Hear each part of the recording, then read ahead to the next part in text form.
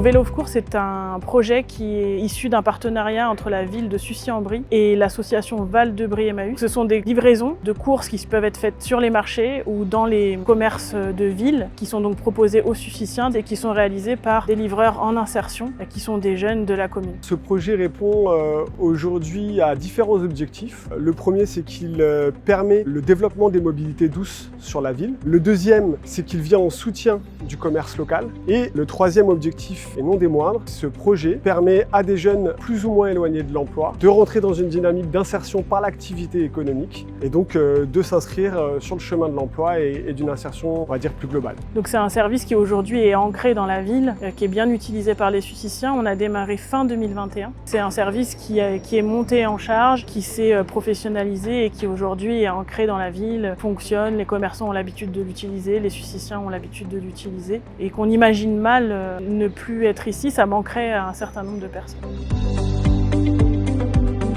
Vélo of Course est très pratique pour nous parce que c'est un service gratuit de la mairie qui a été mis en place par la mairie de Sucy-en-Brie. Donc ça fidélise nos clients et c'est hyper utile pour tout ce qui est livraison de nos bouquets, de nos compositions.